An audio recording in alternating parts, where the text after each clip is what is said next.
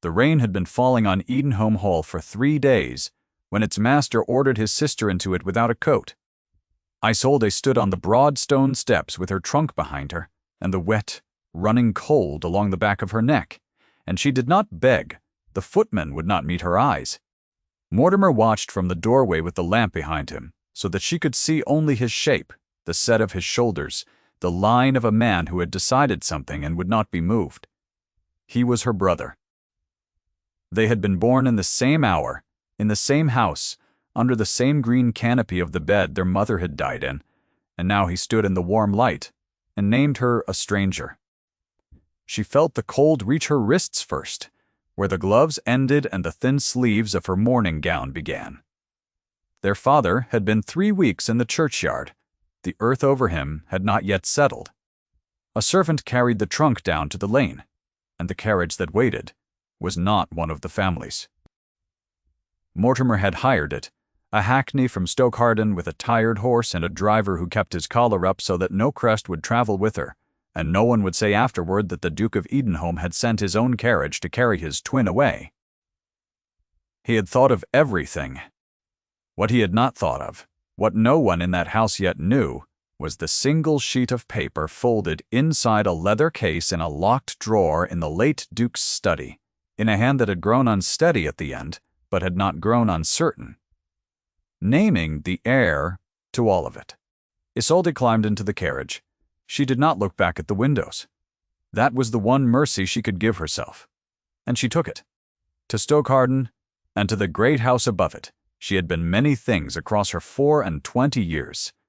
To the tenants, she had been the young lady who knew the names of their children and the state of their roofs.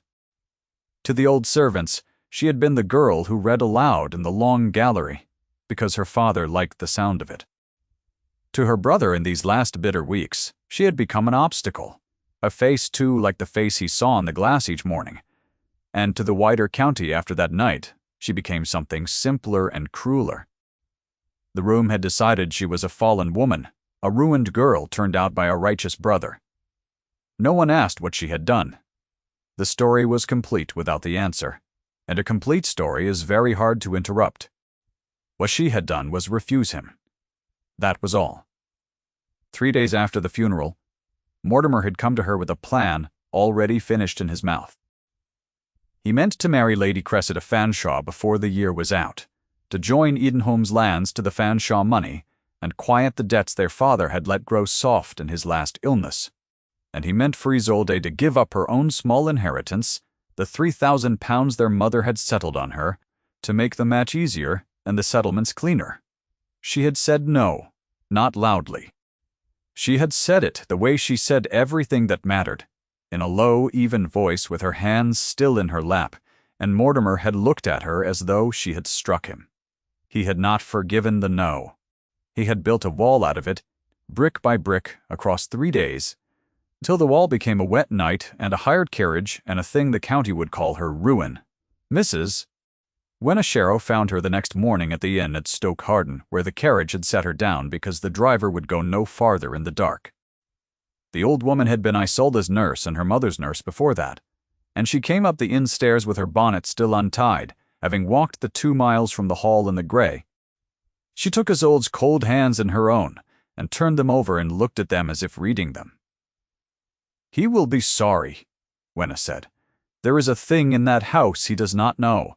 I do not know it whole. Yet I know the late Duke kept a case in the 3rd drawer, and I know he sent for Mr. Pratt the week before he died, and I know what a man's face looks like when he has set a wrong to rights, and is afraid he has done it too late." Isolde did not answer. She was looking at the window, at the wet roofs of the village she had loved, and she was learning the particular weight of a place that is still yours, in every way except the way that counts. The Earl of Hawkmere came into the story on the 4th day, though Isolde did not yet know that he was the Earl of Hawkmere, and he did not yet know that the woman in the plain grey gown, counting linens in the back room of the Stokeharden drapers, was the Duke of Edenholm's exiled sister. She had taken work. That was the first thing she did before grief could finish with her, because she had been raised by a man who believed idleness was a kind of slow drowning, and because the £3,000 was tied in a trust she could not touch for another year, and because pride is cheaper than bread but you cannot eat it. Mr. Catchpole the draper needed a careful hand for his ledgers and his stock, and Isolde had a careful hand, and she did not tell him whose daughter she was. She tied an apron over the grey gown, and she learned the smell of new wool and tallow, and the small bell above the door. And when the bell rang on the 4th day, she looked up from a column of figures into the face of a tall man shaking the rain from a dark blue coat. He was perhaps 32, broad through the shoulders, with black hair worn slightly long and pushed back from a high forehead by the wet.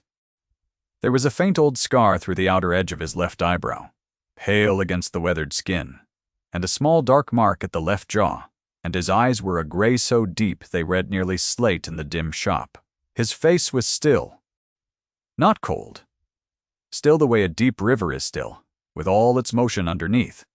He wanted a length of mourning ribbon, he said, his voice low and level for a grave that needed tending, and Isolde measured it out and cut it, and felt, without understanding why, that the man on the other side of the counter had buried someone. He was not finished grieving. "You count well," he said, watching her hands. It was not flattery. He said it the way another man might note that it had stopped raining. "It is the easiest thing in the world to count well," she answered. "Numbers do not change their minds about you." Something moved at the edge of his mouth, almost amusement, and was gone. He paid, and he left, and the bell rang. And Isolde went back to her column and did not think of him above 20 times before the shop closed. He came back. That was the thing she could not account for. A gentleman of his evident rank had no business in a village draper's twice in a week, and yet the bell rang on the 7th day, and there he was, asking after gloves this time, and on the 11th day asking after nothing at all, only standing by the small window where the light was good, and saying that the churchyard at Stoke Harden was a peaceful one, and that he had not expected to find it, so he had taken a house nearby, he said. Hawkmere lay 40 miles north, and held too many rooms his late wife had chosen, and he had wanted for a season to be somewhere that did not remember her. So that was the grief. A wife, 2 years dead, and a man who had come south to a small place to learn how to live in a house again. Isolde understood the impulse better than she could say. She had lost a house too, though hers was lost while still standing, which is the worse of the two losses because you can see the lights of it across the valley. She did not tell him who she was. He did not ask. They built, across the wet end of that autumn, a thing with no name and no future, made entirely of small honest exchanges over a wooden counter. He learned that she read Latin, and would not boast of it. She learned that he had commanded men at sea before the title came to him through a cousin's death, and that he distrusted easy charm in himself and others, and that when he was moved, he grew quieter rather than louder, which she found she trusted more than any flood of words. The county meanwhile had decided what she was, and the county liked its decision and meant to keep it. It was Lady Cressida Fanshawe who gave the verdict its sharpest voice. She came into Catchpole's shop on a bright, cold morning, with 2 friends and a maid, ostensibly for trimmings. In truth, to look at the creature everyone was speaking of. She found Isolde at the counter, and she looked at her a long moment with her head tilted, the way one looks at a horse one has decided not to buy. "So this is where she landed," Lady Cressida said, not to Isolde, to the friends, in a voice pitched exactly loud enough. "The Duke's poor sister. One does feel for the family. To have a thing like that in the blood and only discovered at the worst possible hour." She lifted a length of lace, examined it, let it fall. "Some women cannot be saved from themselves, my dear. The Duke did what any man of honor would do. He cut it out clean. The shop was very quiet. Mr. Catchpole had gone white behind his, till Isolde set down her pen. 'Will you take the lace, my lady?' she said. 'Or only the satisfaction?' It was not wise. She knew it was not wise even as the words left her, and she watched Lady Cressida's face close like a fan, and she understood that she had made an enemy who would not forget. She had also spent her whole life being the sort of woman who said nothing. And she had said nothing the night her brother put her out. and a person can only carry so much silence before it begins to rot. Lady Cressida bought nothing. She swept out and the bell rang and the cold air came in, and Isolde stood in it and felt her own pulse in her throat and did not regret a word. What she did not know was that the Earl of Hawkmere had been standing in the doorway of the back room the whole while, come in by the side lane unheard, and had watched it all, and had learned in 90 seconds who she was and what had been done to her, and exactly how she carried it. He said nothing then. He went out the side way as quietly as he had come. That night, the borrowed house with the rain on the glass, Tristan sat a long time without lighting a second candle and turned over in his mind the look of a woman defending nothing but the truth, and understood that he had stopped some weeks ago, and without noticing, merely surviving the loss of one life, and he began to make inquiries. He was not a man who acted on feeling alone. He had buried a wife he loved, and learned the cost of things one wishes were otherwise, and he did not intend to wish. He wrote to a man he trusted in London, a former lieutenant turned man of business, and asked him quietly to learn what could be learned about the late Duke of Edenholm's last months and his last instructions to his solicitor. He did not yet know what he was looking for. He only knew that a man does not turn his own twin into the rain over a refused £3,000, unless there is more money somewhere in the question than £3,000. There was. Mr. Aldwin Pratt had been solicitor to the Dukes of Edenholm for 30 years, and he was an old man now and frightened. He had drawn the late Duke's final testament with his own hand. 8 days before that gentleman died, in the study with the door locked and the fire low, he knew what it said. It said that Reginald, 4th Duke of Edenholm, having looked hard at his 2 children in the year of his dying, having seen which of them tended the land and knew the tenants, and kept faith with the old promises, and which of them gamed in town and ran up paper he could not pay, had exercised the one freedom the entail left him. The title and the entailed estate must pass to his son, for the law allowed no other course. Everything that was not entailed, the unsettled lands at Stokeharden, the funds in the 3%, the great sum his careful father had built across 40 years, all of it that a man might dispose of by his own will, he had left to his daughter Isolde. Not from spite, from sight. He had finally seen her, and Mortimer had found it. That was the thing the county did not know, and Isolde did not know, and Tristan had not yet proven. The night before the funeral, sleepless and searching the study for the ledgers that would tell him how bad the debts truly were, Mortimer had opened the 3rd drawer and read his father's hand and understood in a single cold minute that the son who inherited the great house would not have the money to keep its roof on, and that the sister he had never thought of twice now held the whole of his future in a trust she did not even know existed. He had not burned it. He had wanted to. Mr. Pratt would later say he saw the scorch of the candle along one edge where the Duke had held the page, near the flame, and then drawn it back. Mortimer was not in the end a man who could quite burn his father's last word. He had done a colder thing. He had locked the case in the iron box in the strong room, and he had ridden the next morning to Mr. Blank's. Pratt. And he had told that old and frightened man that the testament was forged, that his sister had imposed upon a dying man's wandering mind, that any solicitor who upheld so monstrous a document would find his 30 years of business with the family ended, and his reputation ended with it. And then he had gone home and waited 3 days, and built his wall and put her in the rain, so that by the time anyone asked questions the answer would already be settled in every drawing room in the county. She was ruined. She was unstable. Look how the Duke had been forced to act. Who would believe such a woman about a will? It was clean. It was very nearly perfect.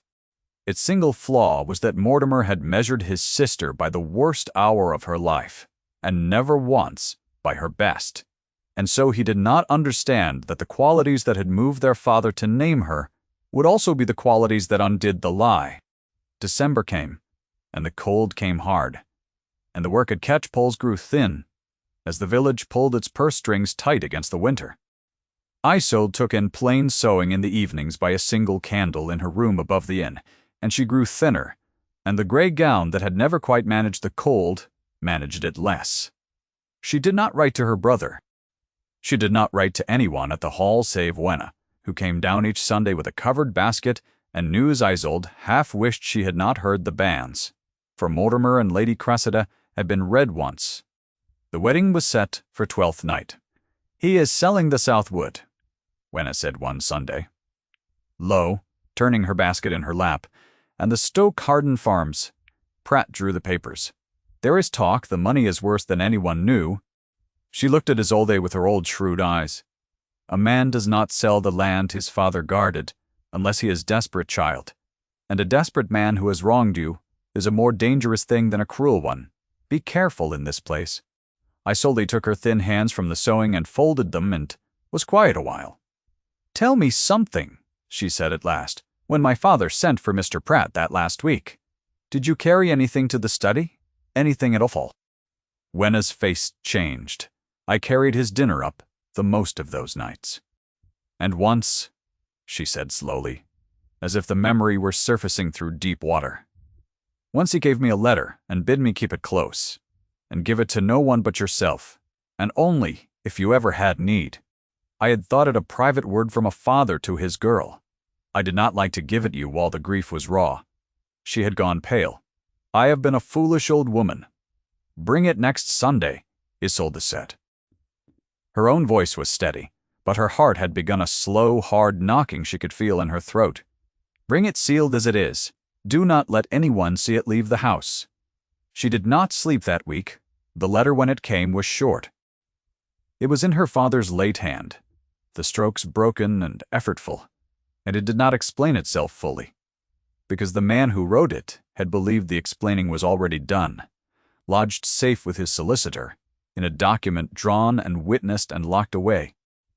"My dearest girl," it said, "I have set right at last what I let go wrong too long, what is not bound by the entail I have left to you, who have kept faith with this house, when its heir would not. Pratt holds it all.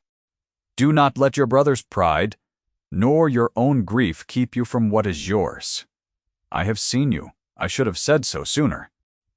It was signed with his name and the date, 8 days before he died. The same date, though Isolde could not yet know it, that Mr. Pratt had written across the foot of a testament, now locked in an iron box. She read it 4 times. Then she sat very still in the cold, and understood that her brother had not put her out for refusing him £3,000. He had put her out because she was worth a great deal more than that, and because the truth of it was sitting in his strong room, and because a sister no one would believe was the only lock that lie required. She did not go to him. She did not go to Mr. Pratt, who she now understood had been frightened into silence, and might be frightened the other way just as easily, and whose word alone, an old retainer of the family, would weigh nothing against a duke's. She went, on the next bright, cold morning, to the one person in the county who had asked her nothing, and believed the worst of her not at all, and she found the Earl of Hawkmere walking the lane below the churchyard with his hands behind his back, and she stopped in front of him, with the letter in her gloved fingers and her chin up, and the grief and the fury and the small, terrible hope all plain on her face at last. "I have something to tell you," she said, "that you will find very hard to believe, and that I can prove only in part, and I have no one else in the world to tell it to." Tristan looked at her a long moment. The wind moved the bare branches above them. When he spoke, his voice was very low. "I know who you are, Isolde," he said. It was the first time he had used her name. He said it the way a man lays down a weight he has carried too far. "I have known these 3 weeks, and I have been waiting, with what patience I had, for you to come and tell me yourself." She had braced for everything but that. She felt the tears come and refuse them, and very nearly won. "Then you will know," she said, "that I have a great deal to be careful about, and very little to be careful with." "Tell me the whole of it," he said, "and then let me tell you what I have already found." What he had found through his man in London was the shape of the thing without its heart. He knew the late Duke had summoned Mr. Pratt repeatedly in his final fortnight. He knew a testament had been drawn and witnessed, because the witness, a young clerk, had spoken of it once, carelessly, in a London coffee-house. before being abruptly dismissed from Mr. Toria, Pratt's office, and sent north with a sum of money to a position that conveniently silenced him. The clerk's name was Mr. Eli Brockton, and he was at this moment a long way off in Northumberland, well paid and well frightened, and he was the one living man besides Mr. Sturry, Pratt, who had seen the Duke of Edenholm's true last will, and could swear in any court of England to what it said, and whose hand had signed it. "Your letter proves your father's intent," Tristan said. They had gone by then into the porch of the little church out of the wind, and they sat on the cold stone bench, and he held the page and read it again. "It does not prove the testament exists, nor what it contains, nor that your brother has it. A clever counsel would call this the fond word of a failing old man, and your brother has cleverer counsel than you can afford. The clerk is another matter. The clerk saw the deed itself. If we find Brockton, and if he will speak, then your father's intent and the clerk's oath, and this letter in your hand, stop being 3 weak things and become one strong one." He looked at her. "It will mean going north in winter. It will mean your brother learning you have not gone quietly. He will not sit still for it. You understand that?" "I have stopped being able to imagine my brother sitting still," Isolde said. "I should like to meet a man who can be moved." She had meant it dryly, the old armor, and Tristan heard the armor in it and did not smile, only looked at her with that deep stillness. And after a moment he said, in a voice that had nothing level left in it, "I was moved a long time ago. I have only been very slow to say so. And then, because he was a careful man, and the season was wrong, and the proof was not yet in hand, he stood and offered her his arm to walk her back, and said nothing more, and let the unsaid things stand in the cold air between them like warmth. Mortimer learned of it within the week. He had men in the village. A duke always has men in the village. He learned that his sister had been seen walking with the Earl of Hawkmere, and that the Earl had taken a sudden interest in the family's affairs, and that an inquiry had been made in London about his late father's solicitor. He did not panic. That was the dangerous thing in him. The thing their father had perhaps mistaken for steadiness before he learned to see clearer. Mortimer did not panic. He calculated. He went first to Mr. Pratt, and he reminded the old man gently of how many things a duke can take from a man at the end of his life, and how few an old solicitor has left to lose. He went next, by letter and by a fast rider, to Northumberland, to the position where Mr. Brockton had been so usefully buried, with an instruction that the clerk was to be moved at once, farther to Scotland if need be, and his silence purchased anew at any price. And he went last, because he was thorough, to the strong room, and he took the iron box with the leather case inside it, and he did not leave it in the house any longer. He carried it himself, in his own traveling chest, to the one place he was certain no inquiry would dare to search, the locked muniment room of his own townhouse in London, behind a door whose only key hung on his own watch chain. If the document could not be found, the clerk could not be reached, and the solicitor would not speak, then there was no will, and a hysterical exiled sister waving a sentimental letter was exactly what the county already believed her to be. Let her marry her earl and be grateful. The estate would be saved by Fanshawe money. No one need ever know that the saving had been a theft. He had defended every door. That was the dangerous truth of him, that he was not merely a cruel man, but a careful one. He saw each threat as it rose, and he met it. The solicitor frightened, the clerk moved, the document hidden behind the one lock he trusted. The flaw was not in his defenses. The flaw was in the thing he was defending against, which was his sister, whom he had measured wrong. The rider Mortimer sent north was a good rider. Tristan Beresford, though, had commanded men who lived or died by how fast word traveled. And he had sent his own man a full day earlier on a better horse, with money of his own and no instructions to frighten anyone. When Mortimer's rider reached the position in Northumberland with orders to move the clerk to Scotland, the clerk was already gone, ridden out 2 mornings before with a quiet stranger who had asked him only one question, and listened to the whole long frightened answer without once raising his voice. Mr. Eli Brockton had been waiting a year and more for someone to ask him that question. he had not been able to live easy on a duke's silver. A young clerk who has watched a great wrong sealed up and been paid to forget it does not sleep well. And Tristan's man had offered him the one thing Mortimer never could, which was the chance to stop being afraid. So when the Duke of Edenholm believed he had closed the last door, the door was already open behind him, and he did not know it, and he went down to breakfast on the morning of the day before 12th night, well pleased with the state of his affairs. They did not move against him in the dark, or by stealth. Isolde would not have it so, and Tristan, who might have managed it more quietly, deferred to her because he had come to understand that the manner of the thing mattered to her as much as the substance. She had been put out in secret, in the rain, with no witness but servants who dared not speak. She would not take back what was hers, in secret. She would take it back in the same kind of room where she had been cast down, in front of the same kind of people who had agreed she was nothing, and she would do it without raising her voice, because the one thing she had left, the thing not even her brother had managed to take, was the way her father had taught her to carry herself. The wedding of Mortimer, Duke of Edenholm, to Lady Cressida Fanshawe, was to be celebrated at the hall on 12th night, and half the county was invited, and the great drawing-room that Isolde had known all her life was lit with every candle the house owned. The Fanshawes had come in force. Lady Cressida wore diamonds at her throat and a gown the color of deep wine, and she moved through the room she was about to be mistress of, with the bright certainty of a woman whose whole life had told her she was the correct choice, and never once entertained the thought that she might be standing on a floor about to give way.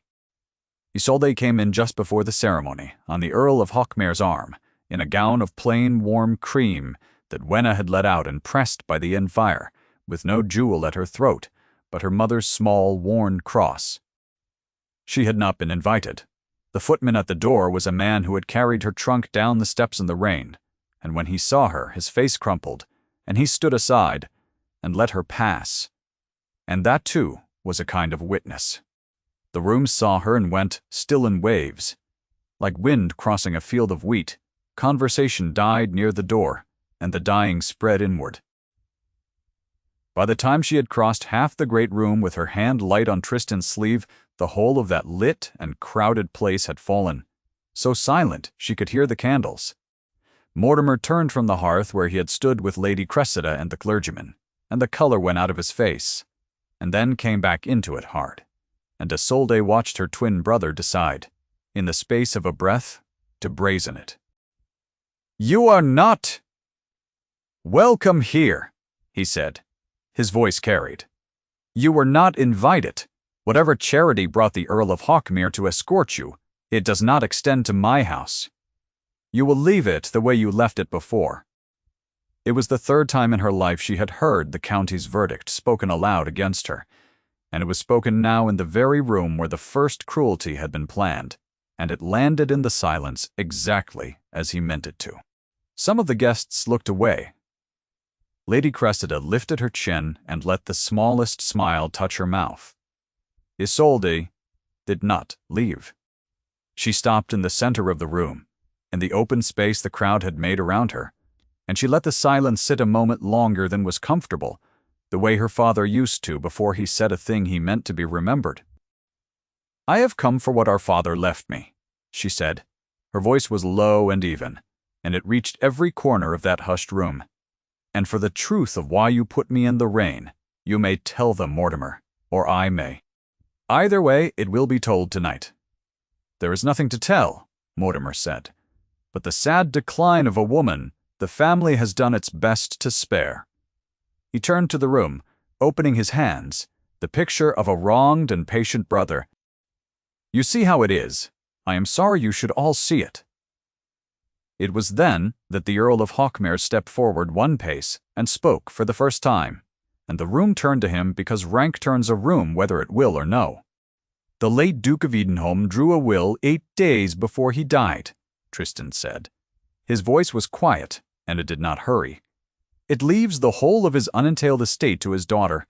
It was drawn by Mr. Cleda Pratt in this house, and witnessed by his clerk. Your Grace has it locked in the muniment room of your townhouse in London, behind the key on your watch chain. I name the document, the date, the room, and the key. I'm content to be proven a liar, if I am one." He let that stand. "I do not think your grace will care to open that door tonight and prove me right." The silence after that was a different silence. Mortimer's face did not move, but his hand went, once before he could stop it, to the chain at his waist, and 100 people saw it go, and the thing was as good as done in that single small betrayal of the body. "Mr. Denon says—" Pratt had begun to tremble. Lady Cressida had turned to look at the man she was an hour from marrying, with the first real uncertainty of her bright, untroubled life. "This is slander," Mortimer said, but his voice had thinned. "The word of a sailor and a fallen woman against a duke. Where is your will, then? Where is your clerk? Produce them, or be silent in my house."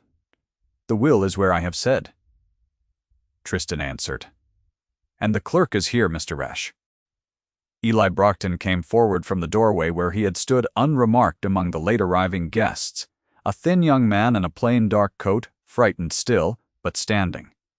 And he looked at the Duke who had paid for his silence, and then at the woman in the cream gown, and he drew a breath that the whole room heard. "I witnessed it, your grace," he said. "I set my own name under the late Duke's. I have carried it a year, and it has near unmade me. He left it all to Mrs. Old. I will swear it before any magistrate in England." His voice cracked and held. "I should have spoken sooner.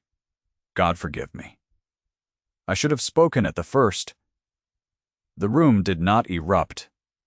This was not a room that erupted. It exhaled. All at once, a long, low sound of 100 people understanding the same thing in the same instant. And the understanding moved across the faces nearest to Zalde first, and then outward. The slow turning of a verdict. The county taking back in one breath what it had been so sure of for a season. Old men who had known her father looked at her and saw, suddenly, the resemblance they had been refusing to see. Lady Cressida had stepped back from Mortimer's side, one deliberate pace, the diamonds at her throat catching the light, and she did not speak. But the distance she put between herself and the Duke was its own plain sentence. Mortimer stood alone in the middle of his lit and crowded house in the ruins of a wedding that would not now take place, and looked at his twin. Whatever had been calculating in him had run out at last. What was left in his face for one unguarded instant was not hatred. It was the particular terror of a man who has just understood that the worst thing he ever did was for nothing. That the estate was lost the moment he could not burn one sheet of paper, and that the sister he had measured so low had been, all along, the only person in the room who would not now move to ruin him in turn. For she did not. That was the thing that finished it, and the thing the county would speak of longest after. She might have called for the magistrate that night. She had cause. The law would have given her redress and given him disgrace. The whole hushed room half expected it, and a part of each of them, the part that loves a reckoning, half wished it. Isolde crossed the floor to her brother instead. She stopped before him, close enough to speak low, though the silence carried it anyway. "The house is yours," she said. "The title is yours. Father could not have changed that, and I would not if I could. The rest is mine, and I will have Mr. Pratt draw the conveyance honestly. Tomorrow, and you will sign it, and you will keep your roof and your name. I will not take from you the way you took from me." She paused. "I am not doing this because you deserve it. I am doing it because our father named me, and I mean to be the thing he named. And that thing does not put a brother in the rain." It was mercy, and it was discipline both, and it was calibrated to the last inch, and it humbled him more completely than any magistrate could have, because it left him nothing to be a victim of. He had been beaten not by her fortune, nor her earl, nor the clerk's oath, but by the plain demonstrated fact of what she was, which was precisely the fact their father had seen, and he had refused to. Mortimer's mouth worked. He did not find anything to say. He bowed his head.